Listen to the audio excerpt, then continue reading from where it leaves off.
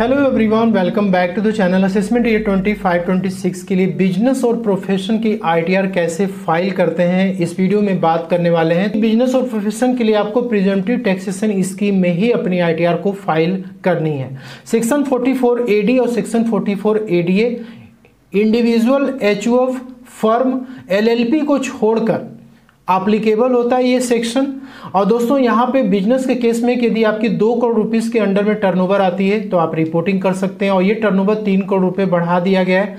लेकिन कंडीशन यहाँ पे है कि आपका कैश में जो लेन देन हो वो बहुत ही कम हो। यदि 5% के नीचे कैश में लेन देन है, बाकी आपका बैंकिंग चैनल के थ्रू है, तो आप 44 एडी में रिपोर्टिंग कर सकते हैं। इसका 44 एडी जो कि प्रोफेशन के ऊपर एप्लीकेबल होता है, जिससे डॉक्टर, लॉयर, चार्टर्ड अकाउंटेंट या फिर दोस्तों अदर जो नोटिफाइड प्रोफेशन से आर्किटेक्चर, इंटीरियर डिजाइनर से सभी के लिए।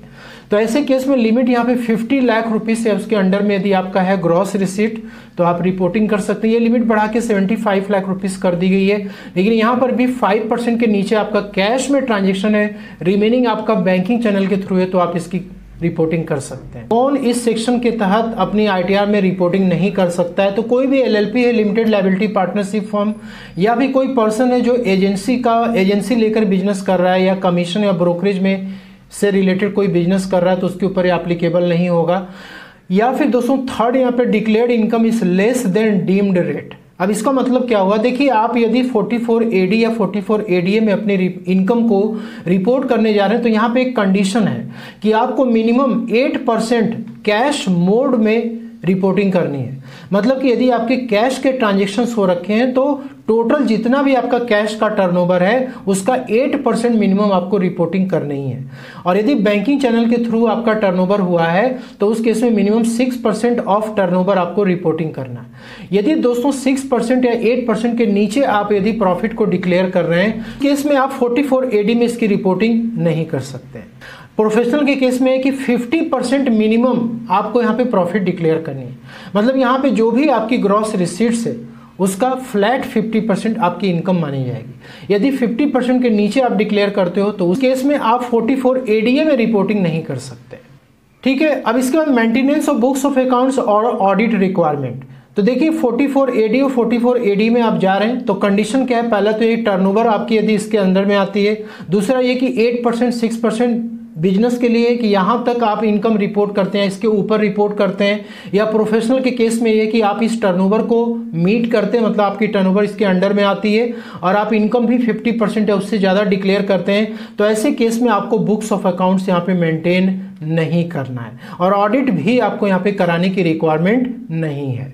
आपको आना है इनकम टैक्स पोर्टल पे और यहाँ पर आपको असेसमेंट ईयर 25-26 सेलेक्ट करना है, देन आपको ऑनलाइन मोड सेलेक्ट करना है और इसके बाद आपको कंटिन्यू बटन पे क्लिक करना है और यहाँ पर आपको स्टार्ट न्यू फाइलिंग पे क्लिक करना है और देन आपको इंडिविजुअल पे सेलेक्ट करना है। इसके बाद आपको कंटिन्यू बटन पे क्लिक करना है और यहाँ पे आपको आईटीआर फॉर्म सेलेक्ट करना है, आईटीआर 3, क्योंकि यहाँ पर आपको बिजनेस प्रोफेशन की इनकम के साथ साथ online gaming, share market, mutual fund से इनकम हो रखी है, तो आपको आईटीआर 3 में ही इसकी रिपोर्टिंग करनी है। Proceed with ITR 3 and then आपको ओके पे क्लिक करना है, लेट्स गेट स्टार्टेड। और इसके बाद taxable income is more than basic exemption limit. और यहाँ पे देखिए इंपॉर्टेंट शेड्यूल्स है, जैसे कि जो शेड्यूल्स मैंडेटरी है उसको आपको कुछ छेड़छाड़ नहीं करना है। ठीक है। तो जनरल शेड्यूल में पहला वाला पार्ट कंपलसरी है। इनकम शेड्यूल में आप आते हो, यहाँ पर आपके ऊपर जो भी इनकम एप्लीकेबल है आपको यहाँ से सेलेक्ट करना है। सैलरी है, हाउस प्रॉपर्टी है, कैपिटल गेन है। ठीक है। जैसे मैंने आपको बताया कि कैपिटल गेन के लिए आपको ये दोनों सेक्शन सेलेक्ट करना है। ठीक है। और यदि आपका क्रिप्टो में कोई ट्रांजेक्शन है तो शेड्यूल वीडियो को सेलेक्ट कर सकते हैं। सेविंग बैंक, एफडी की इंटरेस्ट, अदर सोर्सेज में आप इसको सिलेक्शन कर सकते हैं। ठीक है। और यहाँ पे दोस्तों शेड्यूल स्पेशल रेट आपको सेलेक्ट करना है। ठीक। और इसके बाद आपको यहाँ पे बिजनेस वाले हेड में आना है। यहाँ पर आपको ये सारे जो सेक्शन है, यहाँ पे आपके मैक्सिमम जो शेड्यूल्स है वो मैंडेटरी है, इसलिए इसको हम लोग अनचेक नहीं कर सकते हैं। ठीक है। और यहाँ पर आपको इसमें फिर कुछ नहीं करना है। ठीक। और इसके बाद आपको यहाँ पे आना है डिडक्शन वाले शेड्यूल्स में। तो डिडक्शंस में भी आपको यहाँ पे यदि कोई भी डिडक्शंस क्लेम करना है, ओल्ड टैक्स रेजिम में आप आईटीआर को फाइल कर रहे हैं तो आप यहाँ से सिलेक्शन कर सकते हैं। ठीक है। अदरवाइज न्यू टैक्स रेजिम के लिए आपको इसकी कोई भी रिक्वायरमेंट नहीं है। ठीक है। अब इसके बाद आपको सिंपली यहाँ पे कंटिन्यू बटन पे क्लिक करना है, देन आपको ओके पे क्लिक करना है। इसके बाद आपको आना है जनरल इन्फॉर्मेशन वाले सेक्शन में और यहाँ पर आपको अपनी स्टेटस सेलेक्ट करनी है, इंडिविजुअल है, एचयूएफ है, पार्टनरशिप फॉर्म है, वो जैसा भी आपका रजिस्ट्रेशन होगा इस पोर्टल पे उसके अकॉर्डिंग ये आ जाएगा। आपको आना यहाँ पे फाइलिंग स्टेटस में यहाँ पे आपको सेलेक्ट करना है ऑन और बिफोर द ड्यू डेट, तो 31 जुलाई 15 सितंबर डेट एक्सटेंड हो चुकी है। और यहाँ पर देखिए आपको इंपॉर्टेंट है सेलेक्ट करना है, यदि आप न्यू रेजिम में आईटीआर को फाइल करने वाले हैं तो आपको आंसर सेट ए पे क्लिक करना है और यहाँ पे आपको नो पे क्लिक करना है और इसके बाद आपको यहाँ पे सिंपली नो पे क्लिक करना है। इसके बाद आपको रेजिडेंशियल स्टेटस यहाँ पे सेलेक्ट करना है, ठीक है, और बाकी ये जितने भी ऑप्शन है यहाँ पे आपको नो पे ही सेलेक्ट करना है, ठीक है। और इसके बाद ऑडिट इन्फॉर्मेशन में आपको आना है और यहाँ पे देखिए इंपॉर्टेंट क्या है कि ये मैंने आपको बताया था कि यदि आप 44AD या 44ADA में रिपोर्टिंग करना चाहते हैं तो आपको उस केस में यहाँ पे बुक्स ऑफ अकाउंट्स मेंटेन करने की रिक्वायरमेंट नहीं है।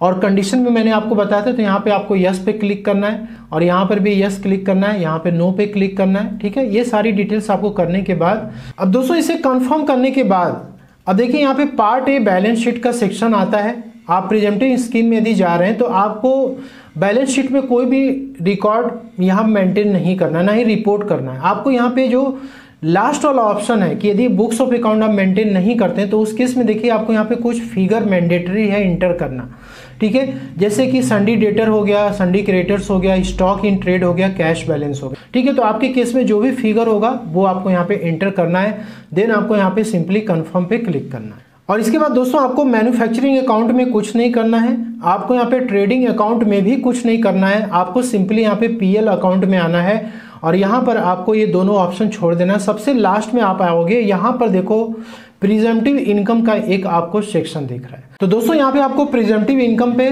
क्लिक करना है। अब देखिए बिजनेस के लिए आप रिपोर्ट करें तो सेक्शन 44AD पॉइंट नंबर 61 ये आपको क्लिक करना है। यहाँ पे आपको एडिट पे जाना है, यहाँ पे देखिए आपको ऐड अनदर पे जाना है और सबसे पहले यहाँ पे बिजनेस की डिटेल्स आपको ऐड करनी है। आपको यहाँ पर नेम ऑफ बिजनेस इंटर करना है, बिजनेस कोड आपको यहाँ से सेलेक्ट करना है, ठीक है, कि कौन से बिजनेस कोड में आपका बिजनेस आ रहा है और यहाँ पे आपको डिस्क्रिप्शन मेंशन करना है।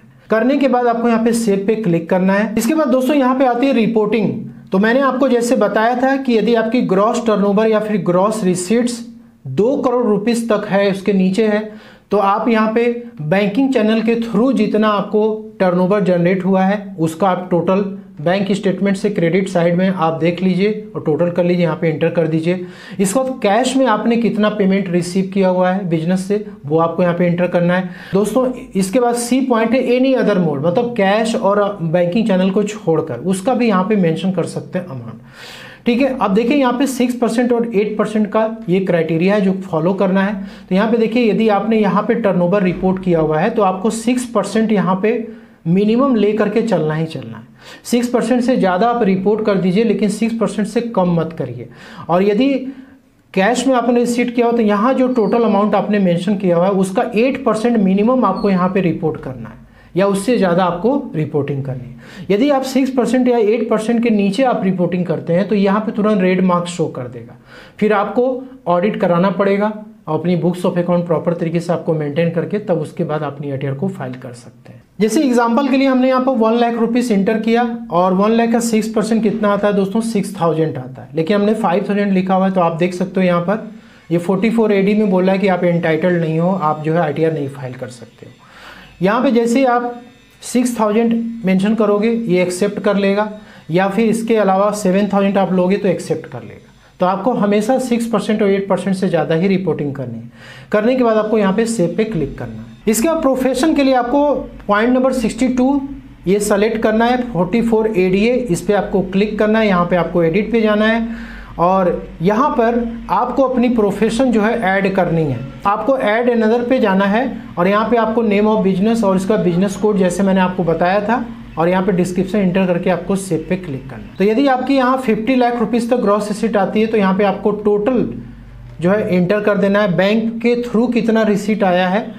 और दोस्तों यदि आप 95% उससे ज़्यादा यदि आपने किया हुआ है तो उस केस में यहाँ पे 75 लाख की लिमिट है। तो आपके केस में जो भी होगा आपको टोटल बैंक अकाउंट से क्रेडिट से ऐड कर लेना है, कैश में आपने कितना किया यानी अदर मोड में कितना किया। और इसके बाद यहाँ पे 50% आपको मैंडेटरी है प्रॉफिट डिक्लेयर करना। यदि आप 50% के नीचे डिक्लेयर करेंगे तो यहाँ भी रेड मार्क शो कर देगा, ठीक है। तो डिक्लेयर करने के बाद आपको सेव पे क्लिक करना है। तो प्रिजम्पटिव टैक्सेशन स्कीम के लिए आपको यहाँ पे एक तो बैलेंस शीट में आपको वो रिपोर्ट करना है, दूसरा यहाँ पे आपको ये डेटा मेंटेन करना है। और इसके बाद आपको ये सारी डिटेल इंटर करने के बाद आपको सिंपली कंफर्म पे क्लिक करना है। इसके बाद आता है कैपिटल गेन का शेड्यूल। तो यहाँ पे देखिए, यदि आपको म्यूचुअल फंड और शेयर मार्केट से कैपिटल गेन हो रखी है तो उस केस में आपको अपनी प्लेटफॉर्म, जिस भी प्लेटफॉर्म से आपने ट्रांजेक्शन किया हुआ है, जैसे जीरोधा के प्लेटफॉर्म से डाउनलोड किया गया स्टेटमेंट है, दोस्तों आपको रिपोर्टिंग क्या करनी है, शॉर्ट टर्म या फिर लॉन्ग टर्म कैपिटल प्रॉफिट। और आपको इस तरीके का बाइफरकेशन भी करना है कि 23 जुलाई के पहले, 23 जुलाई के बाद आपकी बाई वैल्यू क्या है, सेल वैल्यू क्या है, प्रॉफिट कितनी आ रही है। लॉन्ग टर्म के केस में भी इस तरीके से बाइफरकेशन करना है। अब इसके बाद आपको आना है शॉर्ट टर्म कैपिटल गेन में। यदि आपने कोई भी शेयर या फिर म्यूचुअल फंड 1 साल के पहले बेचा हुआ है तो वो शॉर्ट टर्म कैपिटल गेन में रिपोर्ट करना है आपको। और यहाँ पर आपको आओगे पॉइंट नंबर 3 में, और इसके बाद आपको ऐड अनदर पे जाना है और यहाँ पर आपको 111A सेलेक्ट करना है। और यहाँ पे देखिए, आपको 23 जुलाई के पहले की सेल वैल्यू, उसका कॉस्ट और उसके बाद एक्सपेंसेस आपको यहाँ पे इंटर करना है। और उसके बाद 23 जुलाई के बाद कितना आपने सेल किया, कितना आपके कॉस्ट है, कितना एक्सपेंसेस है। तो जो शीट आप यहाँ पे मेंटेन किए हुए ना, इसी के अकॉर्डिंग ही डेटा आपको वहाँ पे इंटर करना है। ठीक है, तो दोस्तों यहाँ पे क्या करोगे, तो यहाँ पे सारी डिटेल्स को आपको ऐड करने के बाद सिंपली आपको यहाँ पे सेव पे क्लिक कर देना है। अब दोस्तों शॉर्ट टर्म कैपिटल गेन आपने रिपोर्ट कर दिया। आपको पॉइंट नंबर F में यहाँ पर आपको बाइफरकेशन देनी है कि आपका 15 जून तक, इसके बाद 16 जून से लेकर के 15 सितंबर तक क्या क्या गेन आपके रहे हैं, वो आपको इसमें शेड्यूल्स में अपडेट करना है। यदि आप नहीं करेंगे तो उस केस में आपको एरर मैसेज आएगा। देन आपको यहाँ पे कंफर्म पे क्लिक करना है। लॉन्ग टर्म कैपिटल गेन के लिए आपको शेड्यूल 112A में आना है और यहाँ पे आपको ओके पे क्लिक करना है। ऐड अनदर पे आपको जाना है और यहाँ पे आपको पीरियड सेलेक्ट करना है। तो 31 जनवरी के बाद आपने सेल किया हुआ, यहाँ पे आपको बिफोर और आफ्टर यहाँ भी आ रहा है। तो जो शीट मैंने आपको भी दिखाई थी, इसी शीट के अनुसार, जैसे यहाँ पे लॉन्ग टर्म कैपिटल गेन है तो 23 जुलाई के पहले कितना आ रहा है, 23 जुलाई के बाद क्या आ रहा है, ये फिगर आपको यहाँ पे अपडेट करनी है। ठीक है, आपने इसको सेलेक्ट किया और इसके बाद आपको यहाँ पे कितना सेल वैल्यू हुआ, कितना कॉस्ट उस पर आया और कितना यहाँ पे दोस्तों एक्सपेंसेस आपके हुए हैं, आपको सेव कर देना है। इसी तरीके से 23 जुलाई के बाद के पीरियड के लिए आपको यहाँ पे सेलेक्ट करना है और उसी तरह से सेम टू सेम डेटा आपको अपडेट करनी है। देन आपको सेव पे क्लिक करना है। लॉन्ग टर्म कैपिटल गेन का डेटा अपडेट करने के बाद आपको सिंपली यहाँ पे कंफर्म पे क्लिक करना है। ठीक है, इसके बाद इनकम फ्रॉम अदर सोर्सेज में आपको आना है। इसके बाद है कि आपको यदि ऑनलाइन गेमिंग की इनकम हो रखी है, आपको यहाँ पे स्पेशल रेट वाली इनकम पॉइंट नंबर 2 को क्लिक करना है। देन आपको एडिट पे जाना है और यहाँ पर आपको लॉटरी के लिए crossword puzzles, horse races, card games आपको यहाँ रिपोर्ट करना है। इसके बाद आपको सेक्शन 115 BBJ जो ऑनलाइन गेमिंग की इनकम आपको यहाँ पे रिपोर्ट करनी है और ये आपको AIS TIS से डेटा दिख जाता है दोस्तों। और यहाँ पे आपको सेव पे क्लिक करना है। डिटेल्स अपडेट करने के बाद आपको सिंपली यहाँ पे कंफर्म पे क्लिक करना है और यहाँ पे देखिए आपको एरर मैसेज दे रहा है कि यदि डिविडेंड की इनकम हो रही है तो आपको यहाँ पे ब्रेकअप भी देना है। यदि डिविडेंड नहीं है तो ये एक्सेप्ट कर लेगा, रहेगा तो यहाँ पे आपको ब्रेकअप देना है। वो आपको 26AS से पता लग जाएगा कि कितना आपका कौन से पीरियड में डिविडेंड मिला हुआ है। यदि दोस्तों नहीं पता चल रहा है तो आप मार्च तक की फिगर को यहाँ पे अपडेट कर सकते हैं। इसके बाद आपको कंफर्म पे क्लिक करना है। इसके बाद कोई जो शेड्यूल्स हैं CYLA, BFL और CFL, AMTC, ये आपको जस्ट दोस्तों ऊपर के जो भी डेटा आपने रिपोर्ट किए हुए उसके अकॉर्डिंग ये अपडेट होता रहता है। इसको आपको सिंपली क्लिक करना, कंफर्म करते जाना है। हाँ, आपको शेड्यूल जो SI है ये आपको क्लिक करना है। देन आपको इसको कंफर्म करना है, क्योंकि जो आपकी स्पेशल रेट की इनकम है, ऑनलाइन गेमिंग हो गया, mutual fund, share market, capital gain हो गई, वो आपको जब तक ये शेड्यूल्स क्लिक नहीं होगा तब तक वो स्पेशल रेट अप्लाई नहीं होगा, फिर आपको एरर मैसेज आने लगेगा।